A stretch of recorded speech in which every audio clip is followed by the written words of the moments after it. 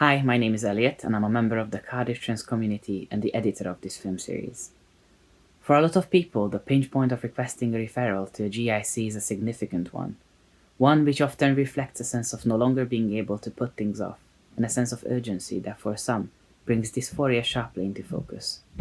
What follows, particularly for those unable to afford private care, is very little from the NHS perspective. The Welsh Gender Service offers peer support to people waiting, but this is a limited resource. For some people, waiting can feel like life went on hold or a pause button was pressed. Nurturing resilience and using the wait time effectively is vital, as it can put a heavy strain on mental health and well-being. So how can we turn this around and tune in? How can people create their own space to thrive? And most importantly, how can we make sure that being in a medical system doesn't make people feel reduced to a number in a long line? Resilience is a process of adapting in the face of adversity, trauma, tragedy, threat, or significant sources of stress. In the field of engineering, resilience focuses on the ability of a substance or object to spring back into shape, to return to steady state. In this context, transition is a process of change, of growth and evolution. Trans is a process, each part important and integral. In this short filmed conversation, Dr. Sophie Quinney asks Juno Roche to share their wisdom on the subject. Juno, thank you so much for agreeing to come and speak to me today about resilience. I'd love it if you'd start by introducing yourself. Well, firstly, thank you for inviting me to come and speak about resilience. I know that I've just repeated exactly the same line back to you, but I mean, I genuinely am really overjoyed to be here talking about resilience and talking about resilience to hopefully to a set of people that will really benefit from hearing about me and other people talk about resilience. So my name is Juno Roche and I'm a writer. I'm trans. I feel like I'm 100 years old, but I'm not 100 years old. I'm in my mid-50s now, which feels amazing. Because I was diagnosed with HIV years and years ago, about 27 odd years ago. So to have this life is a wonderful thing. So I'm trans, I'm HIV. I suppose I describe myself as being trans rather than being a trans woman or transgender. I just see myself as being trans because that feels very spacious. And I've written 3 books so far. So I started off writing articles for any number of newspapers and magazines and etc. etc. My first book was called Queer Sex. My second book was called Trans Power. And my third book was called Gender Explorers. And I've just started to write a new book, which is called A Working Class Family Ages Badly. So I'm a writer. And I live in the middle of nowhere, in the mountains, in the smallest village you could possibly stumble upon. And stumble upon it I did. I had no intention of moving to Spain. I don't know what happened. I was a Londoner. I'd always lived in London. I woke up one morning and I was here. That's kind of how it felt. That's not quite how it happened, but that's how it feels. And so I live in the most beautiful tiny village in the Andalusian mountains. And when I came here, when I came to Canberra, everyone said to me, you can't do that. You can't be the only trans person. You can't be trans queer and live in the mountains on your own. You can't do that. We need to be. And I said, I want to. I want a room with a view. I want to be in mountains. I've been in Peckham and Dulwich and Clapham and Balham, and I want a view. And so that's me, really, kind of a person who writes with a view. Great. And of course, today is a rather gloomy day in February here in the UK, and a time of year when our sort of natural resilience for, as human beings is probably at the lowest ebb, certainly in the UK. And of course, in the context of a global pandemic that will have affected Spain just as much as it has the UK.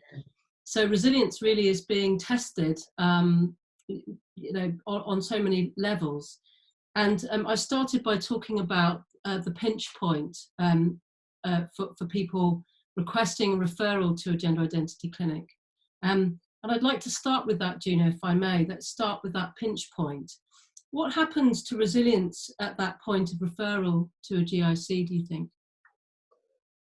Well, I think first of all, it's really important to say that if you've got to the point of going to the doctors or any medical place and saying, this is what I need to do, you have built up so much resilience. You have built up such a glut of strength and kind of belief in life that the first thing I think you need to do, or that one needs to do, I hate using that word because it makes me sound really posh, but the first thing that you need to do is to just breathe that in, is to just sit there for a moment and realize what you've done, because it is epic. You know, being able to go somewhere and say, listen, this body doesn't really work for me like this.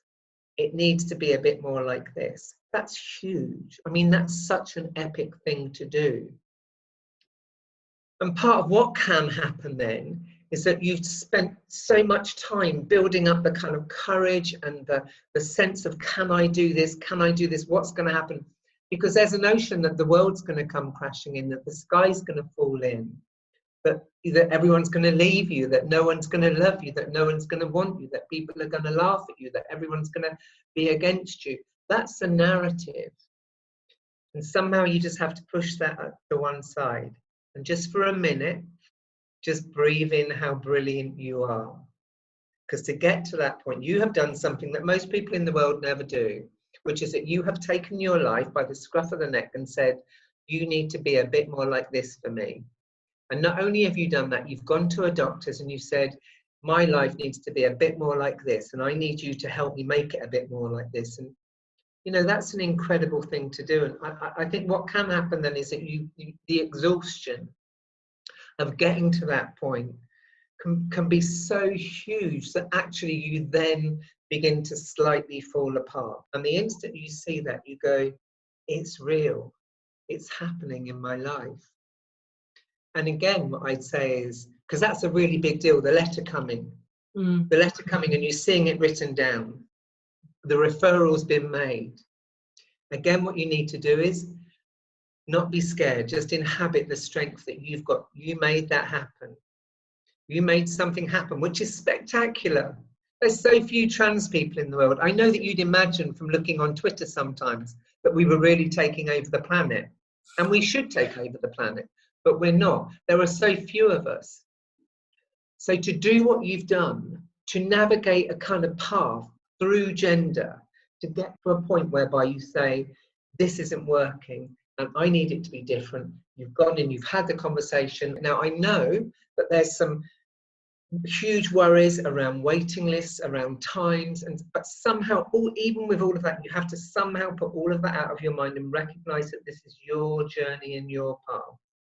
You control it, you know, and you will make it happen. If you've got to this point and you've done the doctor, you've got the letter, you will make it happen. So what I would say is, and I know I've said that a few times, but I would say, I'm a creature of habit. So I might do that throughout this video. So my apologies if I keep on saying the same thing, but I think it's really important that you, in those moments when you're scared, that you allow yourself to be scared because this is a really big deal that you're doing. But you congratulate yourself and you hold on to the strength that it took to get to that, to produce that letter, that NHS letter that so few people do, to get that letter produced that says you're going to take control of your body and hold on to it and hold on to it and remember that you're the one holding on to your body, not them. Yeah, absolutely. And of course that, you know, other people's reactions and responses to it might not be that way. They might be positive, but they might be negative. And I love the fact that you talk about sticking with trans as a process, and each part of this journey is important and integral, and you're creating your own space in that process. Absolutely. And I think it's really important in doing that. I remember when I first started to transition many moons ago, and everyone gave me all kinds of advice. People told me how to walk, how to talk, how to eat, how to dress. I had people that didn't even like clothes offering to take me shopping.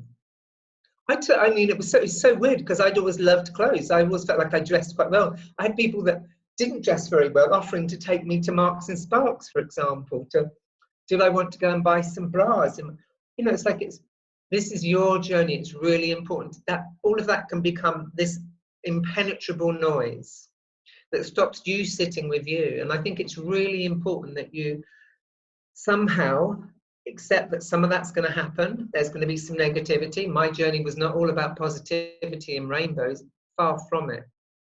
But, you know, you're the tenacious one. You're the one who has had the tenacity to get to that point.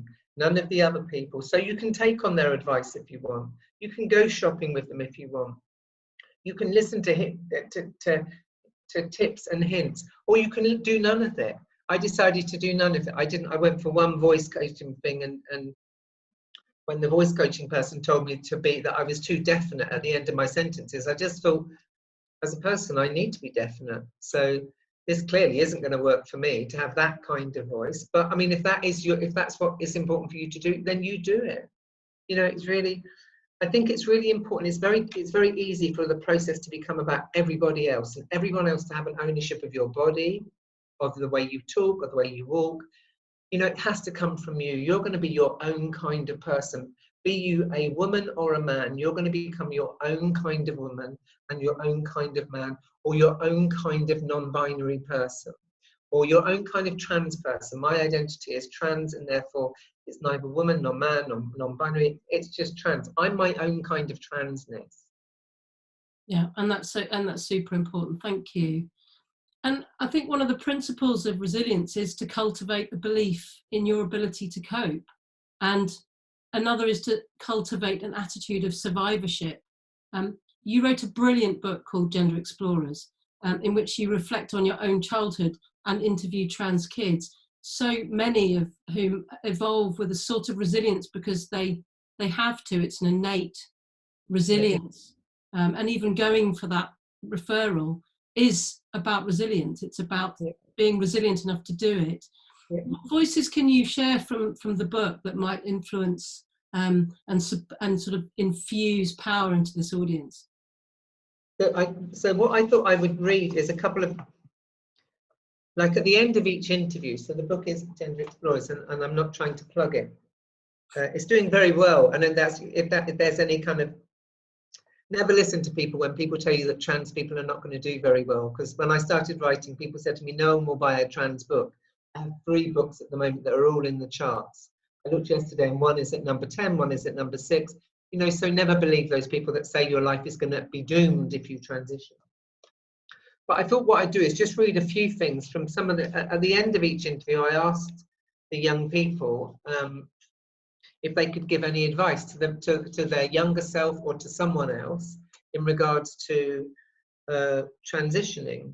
And they said some brilliant things. And, you know, a lot of the time they're teenagers. They're in their very early teens. They're kind of 12, 13, 14. Some of them are as young as 8 or 9. So I'm just going to read out some of the endings of here, some of the very last things that were said in the interviews. So this is from a trans teen, who I think is probably, no, they're just trans teens, so I can't remember exactly how old they were. I don't know. So the question I asked them was, what would you give any advice to anyone? What if you could talk to the you back in year 7? They said, I don't know. I think I'd say, just keep going. I'm not going to say that it will definitely get better, because sometimes it doesn't. I know that's not what we're supposed to say, because people don't want to hear that. But I would say that there's a possibility that it could get better. And that possibility is sometimes more than enough. And I think it's really important to kind of bear in mind that we're going to be living in the real world, and the real world is full of tough times for everybody. You know, we're living in a pandemic at the moment, and it's a tough time for everybody, not just for people who have COVID or who've horribly lost people to COVID, but for everyone, this is a tough time. So we live in a world that's full of tough times and brilliant times and ups and downs. And so it's really important to have a kind of perspective on what you're going through. This was another one that I thought was quite brilliant, really. So I asked, the last question was with this young person was, when did you start wanting to be a pilot? Because they told me they wanted to be a pilot. Since I was really young. My dad's in the RAF, so I've always been around planes in the military. I started my training 2 years ago now with a disabled flying charity, and I fly small planes. That's really helped me a lot through my transition. Sometimes when you're trans, you can become so caught up in your own problems that you lose interest in the things that make you happy. Learning to fly has kept me going. It's helped me through this tough time. And that's a really important point. I think it's really important because what you really don't want to do is allow your transitioning to become your everything. Your life has to continue. Your life has to go on. Another, just a couple of pieces of advice. These were from two friends who had kind of transitioned together, and they were in their kind of like late teens. And one of them said, in terms of advice to people, just remember that you're not alone. You're not weird. Just hang in there because things will get better. Things will get better. They will. They always do. And friend two said, just think about someone who you might be able to come out to, even if it's just one person. Even if you can't, it will get better. It's getting better for me, and I couldn't come out to a single person. And that notion that, you know, your transness, your journey is right for you. It's always going to feel better than where you are now. It's only ever going to get better. And then this last one, which I think is quite brilliant, and this speaks volumes to us as a community and us as a wider community. So I said, if you could say something to young people who might read this and look up to you, what would it be? And he says, let me think about it. Pause. I've actually written pause in there. That means he really did pause for quite a long time. Pause. Regardless of how you identify, you are valid as you. And thousands of us will stand behind you like an army, and we will protect you even if you never see us. And I think that there's a kind of beauty in that. I think that knowing that your journey is right for you and that it will always get better is a kind of takeaway. And these are sometimes are very young people, as young as, I mean, I interviewed an 8-year-old boy who'd been struggling from the age of 6 to just get the school to recognize him as him. They would say, yes, we will call you, this isn't their name, by the way, it's all anonymous, but we will call you Pete, but we will call you she. So you will become a she Pete in school. And they were saying, well, you know, you can't keep doing this to me. And over the course of 2 years, the resilience, and this is what we do as trans people, this is what you do, this is what I've done, this is what we all do as trans people. However, whatever kind of life we live, we build up stocks of resilience. We don't always know it, but we do. That boy from the age of 6 to the age of 8 said, no, you must make this happen. And then eventually, just before their 8th birthday, they sent an email to the head teacher on the Friday night and to their mum, and they said, right, on Monday morning, this has to happen. I'm going to come in and the registers has to say he. You can't keep doing this to me anymore. All I want to do is be a scientist. I want to study science at school and become good at it. You're not letting me do that. You have to just call me he. You know, you think about the resilience. We all have, all of us, you, me, anyone that's watching this, we will have had acres of experiences that have made us build up that kind of resilience. Yeah, and that's why I wanted to take you back to that book and to those younger voices, because it's so often people forget just how resilient they are and how resilient they've always been. And I want to remind people of that, because it's so important to, as you said, stop and reflect on that and see that.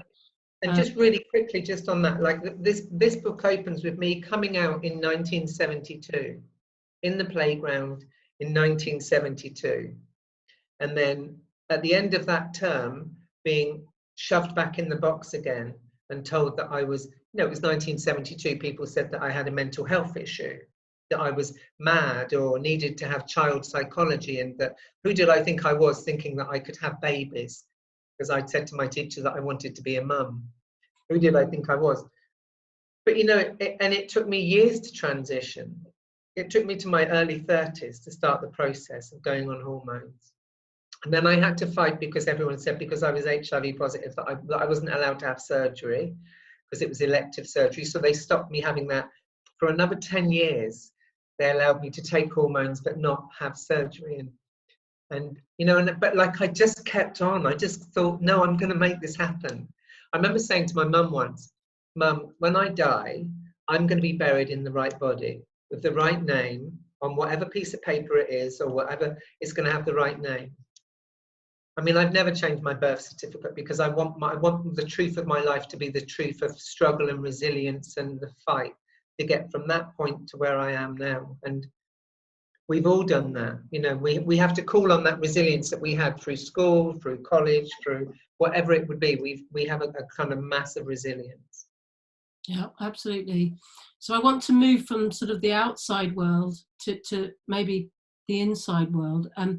As an adult who may have endured an unwanted or difficult puberty, the body itself, and not just the outside world, can threaten resilience. So the battle moves to an internal one. Talk to me about bodies and what happens when people enter a medicalized system. Yeah, well, I think first of all, it's really important to say that does happen. That you do end up. I mean, I ended up having a body that didn't feel like it was mine. Internally, I felt like I really inhabited me, but I didn't inhabit the body at all. Certainly not the genitals. They just weren't mine. They just never worked for me. It was like they'd been stuck on. And that was difficult. That's difficult to then build a relationship with your body. And I think what happens when you, and it's really important, so this for me is a real pinch point. When you get to a point where someone says, yes, we recommend you for surgery, we are going to upcycle your genitals or recycle, or however you want to view what happens in that process. For me, it was a process of upcycling. We're going to take A and we're going to turn it into B. There's a real kind of thing where your genitals become, again, someone else's, the person that's created them, or the world that needs you to look a certain way. Do you look real? Does it function? Does it work like other vaginas work? Or other penises work? Does it look really enough to pass? Is it, you know, it becomes about a whole bunch of other questions. And I think, again, one of the kind of things that is a real struggle to do is to remain in your body and in your own process. For me, that's where the word trans came into being, because I just thought, I think I've got trans genitals. For me, it became like, if I call them trans genitals, I feel like I really own them. And not only do I really own them, I'm really proud of them. And they're beautiful. You know, they took A and they made it B, and it became a space that I could fully inhabit. You know, and there is a real kind of thing to, you know, I've sometimes seen trans women, for example, post things about where they've said, my doctor asked me if I needed to go for a cervical smear, isn't it brilliant? And you think, well, no, because the conversation you need to have is about your prostate. That's the conversation you need to have. You need to inhabit the body you're in and inhabit it on its own terms. And I think what can happen when you first of all get that letter that says you're going to go forward, and then when you do have surgery, is that your genitals can again become about everyone else. You end up with a perfect looking set of genitals that look just like the real thing. Well, you can't live in just looking like the real thing. Imagine trying to live in a house that just looked like a real house but wasn't a real house. Mm-hmm. What you have to do is try and occupy your body on its own terms, and it is brilliant. And it doesn't mean that they won't look exactly like the real thing if that's what you need to happen. And it doesn't mean that they won't function brilliantly and beautifully and be attractive and sexual. Whatever you need them to be, that stuff can happen. But I think it's really important that you remain fixed in your own body. So if someone says to you, don't worry, I'm going to make you look as real as possible, you say to them, no, I just want to be me. Yeah. And once you're in a system, an NHS system, we've got past the point of requesting the referral, and that clock starts, that rather long waiting time starts. But there is something about that sort of hanging on to those sort of single hours that are delivered by a clinic, separated by big, bits of time. And that sense that everything has to kind of build up to that 1 hour that you have at that appointment, and then wait again till the following appointment sometime later, and how can we sort of refocus that? We are all, you know, we are a life, we are a set of hobbies, we are a job, we are a family, we are loves and dislikes and travels and experiences. You know, your life, carry on building your life as you're going along. Think about, what kind of person am I going to be after this? What kind of person am I now? Is there things that I'm doing now that I necessarily wouldn't want to do after this? Can I begin to make those changes now? For me, it was writing. You know, I'd been a teacher and then I wanted to write, and I thought, well, that's actually what I really wanted to do. I wanted to move on and write. So are there changes that you can start to make that are other changes? Or perhaps they're not. Perhaps it's that you just want to carry on working really hard, and in your job you want to get promoted. You know, it's like, don't lose sight of everything. I think it's really important to recognize that you are much, much more than that. So don't allow anyone to funnel you through your genitals and your whole life through your genitals and go, I'm going to get on with it. Once I've had the operation, then I can get on with it. Once I've had the operation, I'm going to find someone and fall in love. Because, you know, it's not going to be like that. Find someone to fall in love with now. Yes. And then let them go through that journey with you. You know, it's like it's...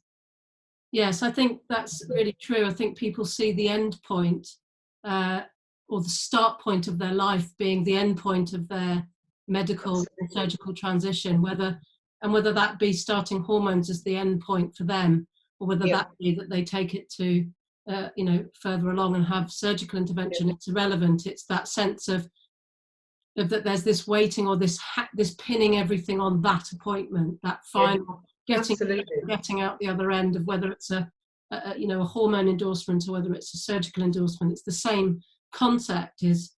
Those are changes to your body that are coming, but the person is still there and existing. Yeah, and actually for me the thing is that those points aren't the change points. Those are the points that we read as being change points, but the changes happen in the months before, the years before you pluck up the courage and the determination to go to the doctors, and the change points happen in the lead up to the surgery.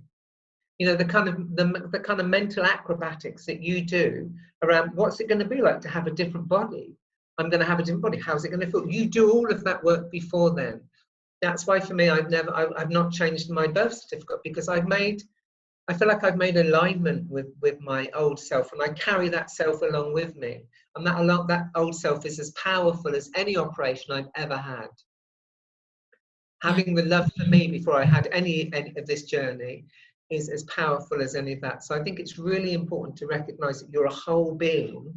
Yeah, what got me to Andalusia was the resilience I built up over years and years and years and years of people saying no to me and me saying yes, and this is who I am, and them saying no, you're not. That's what got me here. Yeah, brilliant, thank you. And I think that takes me really nicely onto my next question, which is, all too often the mainstream sort of media narrative of trans lives has for some time now been about sort of struggle, suffering, despair. And I'd like you to bring to life the concept of gender euphoria and what that means, and how self-compassion and sustaining that positive emotion actually fosters that resilience, because you touched on it a little bit. And I know you wrote a book about trans power, which I think it kind of speaks to that. Yeah, what I'm going to do is I'm just going to read a tiny bit. I don't know if I can swear. I'm going to leave the swearing words out. I'm going to read the very end of the book. The book is Trans Power. And Trans Power I really wrote because when I finished writing Queer Sex, which I haven't got with me at the moment, I realised that the word trans was so spacious and wonderful and brilliant and enjoyable to be in. I mean, even saying it makes me smile, because it's a word that we reclaimed for us. You know, everyone, we've been funneled through transgender, trans woman, trans femme, trans, you know, all this stuff. And I just went, you know, all this stuff is really confusing, but when I just say trans, it gives me this spaciousness. So I'm just going to read a tiny bit of this, and then, because let me just read a tiny bit and then I'll talk. Using the word trans alone without qualification does that for me. It stands up proud, It's radical, it's bold in the face of attack and in the face of gender demands. It provides a comfortable space for others to grow up in without needing any words, perhaps leading future lives without labels.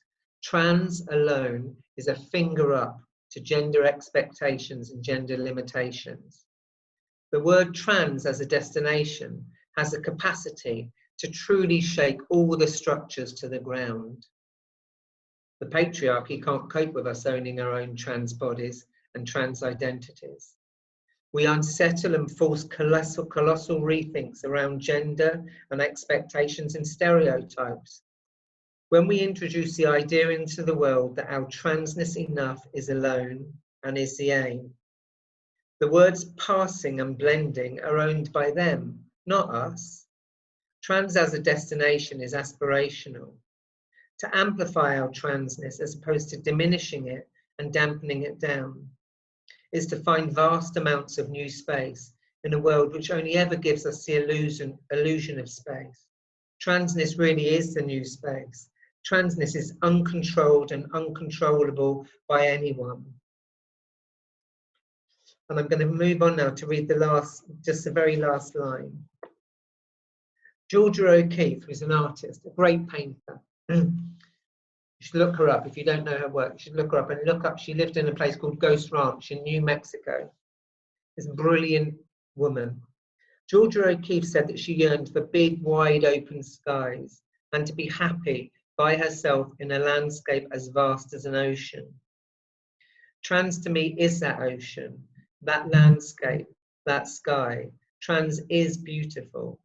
And I didn't write those words because I didn't believe. I write those words because I completely believe all of them. The best parts of me, the kind of most brilliant parts of me, are my transness. So when I would hear people talking about transness as being depressing and being difficult and being a problem and trans people not being happy, I think, I don't know, I've moved to the mountains. I've got a book deal. Seems to me that my trans is being pretty damn spectacular. And I think that the more that we kind of inhabit that space where transness is us having a broken body that someone's going to fix for us, the less we inhabit our brilliance. What we are doing, let's flip that round. Everyone else is broken because they decide to stay in the bodies that they're told they have to stay in. We don't. We don't decide that. We decide that actually we want to change our bodies slightly. We want them to be different. We want them to work for us. And what we do is that the strength and the power that we gain from inhabiting in that space really makes trans the most euphoric, spectacular place to occupy. And I honestly believe that. And I think more and more people are believing that. The pride in being us, when we've been told, we've been labelled as broken bodies. And actually, I look at everyone else now and I just think, how can they not want to be trans? It's like the most fabulous thing. I've made my body change into the way I needed it to be. Yeah, and I have to say, as a cisgender person, trans people have taught me more about my own experience of gender nonconformity than my cisgender friends. And even as a practitioner in this area, I'm humbled every time I meet somebody who can teach me something, and I reflect on that. Yeah, I mean, trans people have really, I've not gone as far to say this, but I obviously will be setting up a political party in a few years' time that will just be called Trans Power, where we will be taking over the world, because I do believe that trans people there's such an elegance to trans people, there's such an elegance to the way that we take gender and make it do what we need it to do for us. And we do that. Thank you. And I think finally, so many of us now inhabit this parallel sort of online world.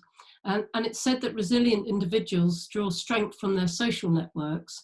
And the internet obviously makes this more possible, especially in the current context of COVID-19. Finding your tribe is a resource that, in my mind, cannot be reproduced by NHS services. It's a powerful form of social capital, which allows people to be helpful to others, to have a sense of purpose or utility. I've seen this work so well among communities here in Wales, this pulling together, this finding your people. Talk to me about that. Yeah, I think it's kind of vital. One of the key things that nearly everyone I've ever interviewed has said is that when they found people that were like them, trans isn't one thing. So within trans, there's a whole myriad of transness. That's why I say it's an utterly spacious thing. So within transness, there will be a tribe for you. There will be a group for you. There will be people for you who understand your experience and what you need to get out of life. They might not understand it all, but they can become your people, your family, your trans family. And I think that's really vital.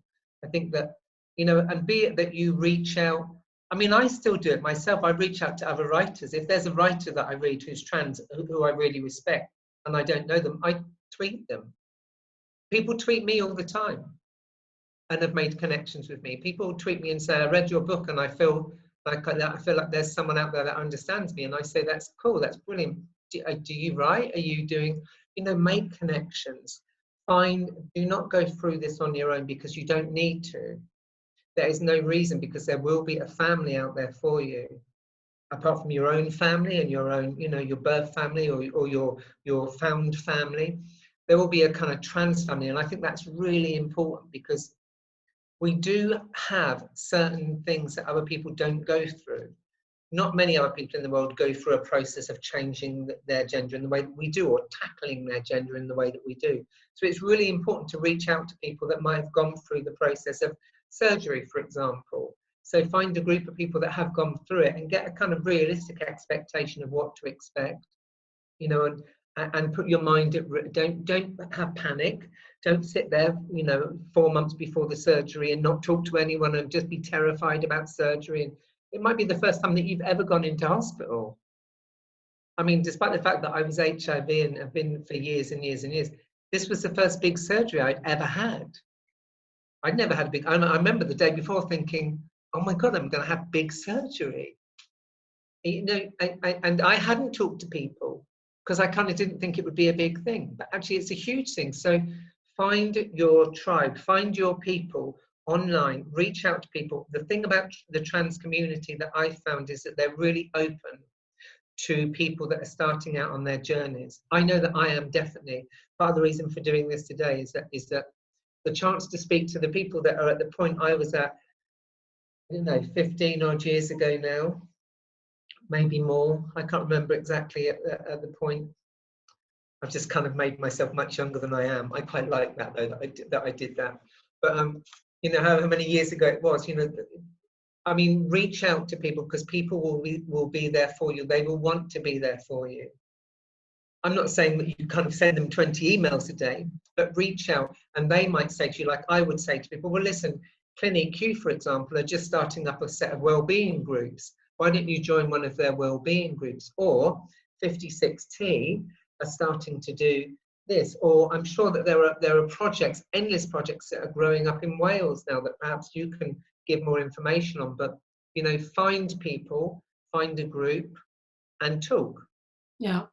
And I think the idea about that is that the NHS doesn't provide that wealth of knowledge and experience and lived experience and role models that people might think, we don't have that answer for you. And I don't want people on waiting lists thinking that that'll come when they arrive for their first appointment, because it's out there. It's out there, and actually it's the community power that will infuse you and give you that resilience, really. Yeah. And also maybe the other thing to think is that if you can't find it, create it. And that will give you even more resilience, because I certainly did that around, post-surgery and sex, etc. I thought no one is talking about our bodies post-surgery, and it needs to happen. So now there's like a whole glut of people that talk about our bodies post-surgery. Those are if you added up the whole time that you interact with the NHS, it's not even going to be a week. It's maybe going to be 2 weeks out of your life.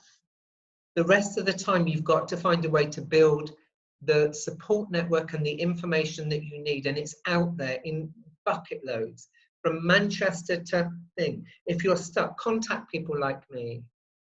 Because as elders, we're here, not for you, not just for you, but we're here to live our lives. But we're also here, and we definitely want to give back. We definitely want to be here for people, to be able to help people have a kind of easier time of it, really. Yeah. And you know, I've been working with trans people for the last 3 years, and I'm every day astounded by the community persistence and resilience there. And I just, this is why I wanted to make this film with you, because you bring all of that to life, all of those elements to life. But it really is astounding what power there is there. And I really want people to draw from it. And I have your book on queer sex, so I can give a free advert for that one. But it's something that I recommend. I have to say, and I'm not, this isn't a plug, but I called this book here Trans Power, because I really do think that there's such power. I mean, we have such power. We are, and we are really taking over the world, one structure at a time, and we're doing that brilliantly. And at one point, we will be thanked for this. Maybe not yet, but we will be thanked for this when the world is a much better place. So be aware of that. Be aware of your power and walk tall and hold your head up high, even on those days. That first day when you leave your house, when you've just decided you've had to come, you're leaving your house and you're leaving your house as you. On that first day, do not shuffle out of your door with your head down. Come out of your door with your head held high and recognize everything that's gone into you getting to that point. You are already miraculous. I'm not saying that with any kind of stupidity. You are already miraculous.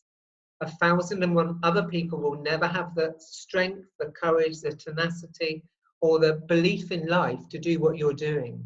So hold your head up high and recognize that you are changing the world one footstep at a time.